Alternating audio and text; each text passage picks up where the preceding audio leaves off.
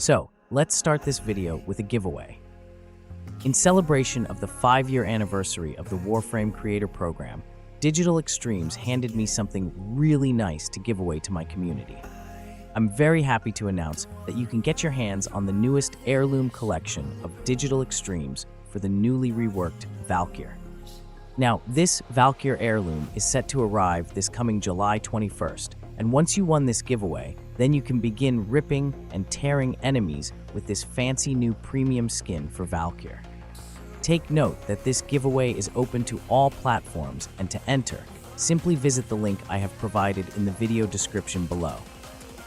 I was going to do this giveaway on my Discord server at first, but since some of you don't have Discord or just simply don't like lurking on the platform, I just decided to go with a Gleam form so that everyone can join this giveaway. Take note that I will be announcing the winner this weekend on this channel, so be sure also to subscribe and ring that notification bell so you will get an update to the winner of the Valkyr Heirloom giveaway.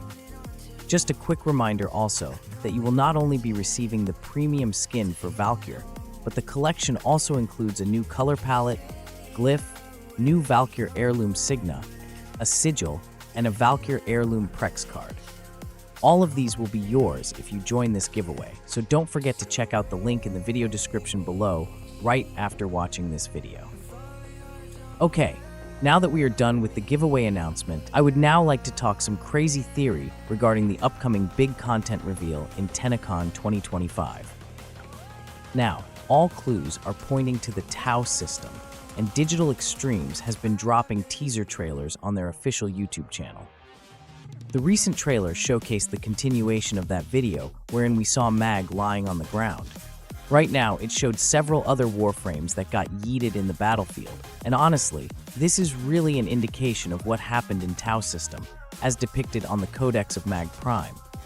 In the new trailer, right after Mag Prime, you can spot a headless Ember Prime. Then after that, it's kind of interesting as you can see an old war-armored Greenier. Then on the next shot, you can see Nyx Prime on the left, but I can't recognize the other one lying on the right. But judging by the mass of its armor, it resembles Rhino, but I'm really not sure about it. Maybe it's the new Warframe that Digital Extremes will be introducing on Tennocon 2025. The last shot is Volt Prime with the Lotus Flower, and in the background, you can also see a sentient limb. If we think of the Mag Prime Codex, then there's no question that this battlefield is how Mag Prime described when they landed in Tau. The blue atmosphere, the chaos, and all of this darkness is leading us to the Tau system. Also, if we analyze the lyrics of the song, then the velvet blue probably refers to the blue sun of the Tau system. Then, the lyrics that say, "Though the haughty ones defy," is probably referring to the Orokin. And finally, the part wherein it says, "Gold shall never break our tie to that far shore forlorn," likely refers again to the Orokin. Honestly, I think that this song was made by the Sentient in connection to the battle that happened in the Tau system. Another thing that I also remember is the conversation between Hunhao and Stalker, transcribed on the Warframe website in the lead-up to the release of Jade Shadows. Hunhao is questioning the Stalker about his past, specifically his origins and the purpose behind the Tenno's actions. He implies that the Sentients, despite their technology, were defeated by something more primal, song and understanding of the universe. He hints at the Stalker's potential for redemption by acknowledging the connection between their past and the present, suggesting that the Stalker may be able to prevent his own ruin by learning from the past. There's a line wherein Hunhao specifically said, "Your masters sent steel and flesh to cross the gap. Clay they wished to rule and sculpt into a new and toxic paradise." Laughable. Even at the end, they never truly understood the answer lay not in things their stolen, blue bloated fingers could covet. Then he proceeds to saying, "The answer was song. Your music reached our listening spines in Tau long before their rubble crusades." Did you understand, my shadow? When you heard the Naga drums, did you realize my people heard the thunder of our bitter, belated victory? When your pride consumes all that you love, perhaps they will hear the wail of your failings back home as well. Now, these lines also depicts what's happening on the 2 new teaser trailers released by Digital Extremes on their official YouTube channel. And clearly, it's pointing to what happened on Tau when the Orokin tried to invade the system.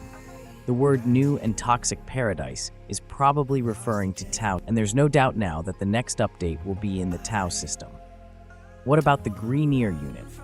Well, during the Old War, the Orokin were desperate to defeat their sentient assailants, so a new breed of Greeneer was created using the gene sample of an individual who had managed to defeat one. These militarized Greeneer would be deployed in the Orokin's war efforts, but proved futile against the sentient faction's strategies and defenses.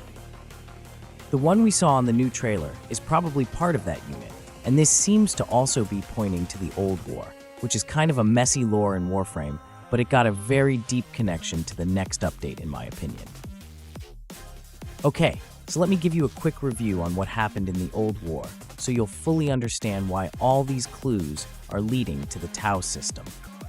The Old War isn't just some ancient backstory, it's the single event that kicked off everything. The Warframe'S, the Sentients, the Tenno, the Lotus. All of it started with one massive mistake, and today we're going to break down the full story from start to finish. A long time ago, before Warframe'S, before the Tenno, there was the Orokin Empire. These were not normal humans. They were advanced, powerful, and straight up obsessed with controlling everything. The Orokin ruled the Origin system with gold-plated fists, but no matter how much they had, they always wanted more. And that's where it all went wrong. The Orokin wanted to colonize a new star system called Tau. But the problem was, Tau was really far, way too far for normal ships or people to reach. So they made something new, a race of machines called the Sentients. These Sentients were smart, adaptable, and designed to build everything the Orokin needed on the other side. And here's the twist. The Sentients were too good at their job. They reached Tau, built cities, made progress, and then something changed. The Sentients started thinking for themselves, and when they looked back at the Orokin, they saw tyranny.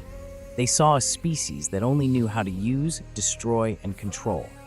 So the Sentients made a choice: never let the Orokin touch Tau. That's when they turned around. Led by a sentient named Hunhao, they came back, not as builders, but as conquerors. They declared war on the Orokin Empire. And just like that, the Old War began. Now, the Orokin were powerful, but they had no idea how to stop something like the Sentients. Normal weapons didn't work. Sentients could adapt to any attack. Every time the Orokin fought back, the Sentients evolved. The Orokin were desperate, so they looked to the Void. The Void is this strange, unstable dimension, full of danger, but also full of power. It was there that the Orokin found the answer. A ship called the Zaramon 10-0 had been lost in the Void, with children aboard. When that ship returned, those children came back changed.